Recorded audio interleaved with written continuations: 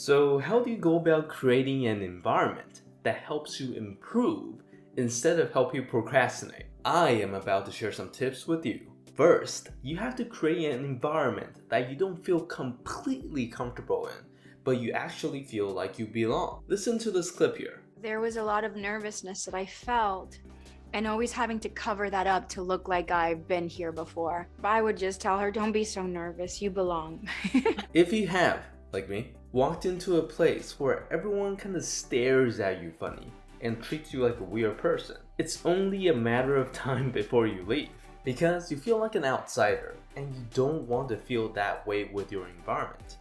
You don't feel like you belong. You simply just don't want to feel like a vegan at a barbecue. This is different than comfort, where you simply feel relaxed. If you're too comfortable, rather than focusing, you will just want to sleep.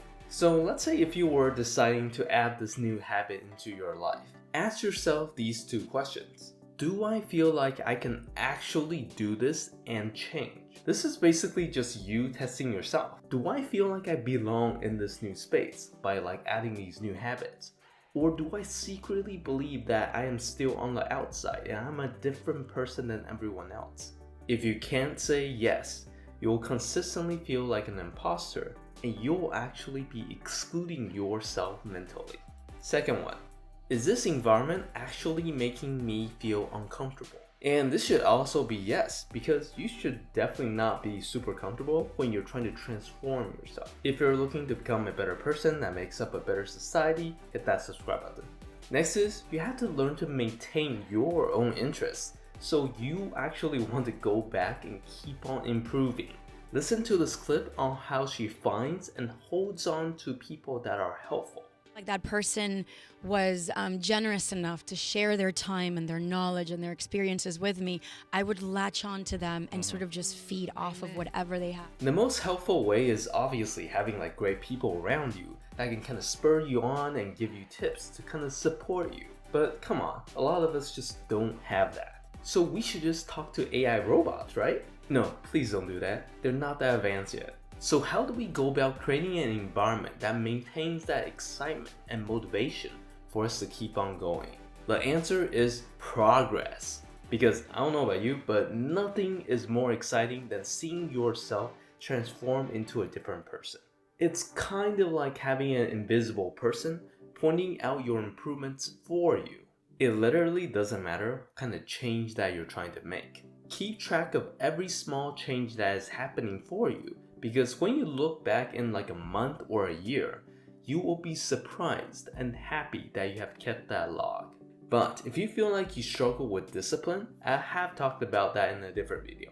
But a good environment is one that also kind of sharpens your mind. Just listen to how she talks about constructive criticism. Constructive criticism and just somebody putting you down. When you love someone, you put so much effort, and when that person doesn't really have your best interest at heart, then don't confide in them. In your environment, you should definitely get a variety of different regular advices from, I don't know, podcasts, books, articles, unless it's newspapers, because why? But you actually want an environment where you can train yourself to differentiate between good and bad advice. If you're only listening to one kind of advice from one source, that is not a good environment. Because you're only hearing from one side, and no single person has all the right answers. So have multiple sources, compare, contrast, so it can sharpen your intuition. You want an environment that makes you think more, not less. The last one is one trait that I feel like is the most important in a supportive friend. Watch how she describes her supports. That see you fighting, are happy that you're fighting, and want to enable you. I've also met people that fight, and they just don't have those supportive sources around them, and they become so bitter. This trait isn't directly mentioned per se, but they believe in her. Have you ever had someone that tells you that they know that you can do it? Probably not a lot, right? But when you do hear it, you feel strong, determined, and you want to keep on getting better. Because you know that someone has your back and they can see the potential in you. And honestly, the person doesn't even have to understand what you are trying to do.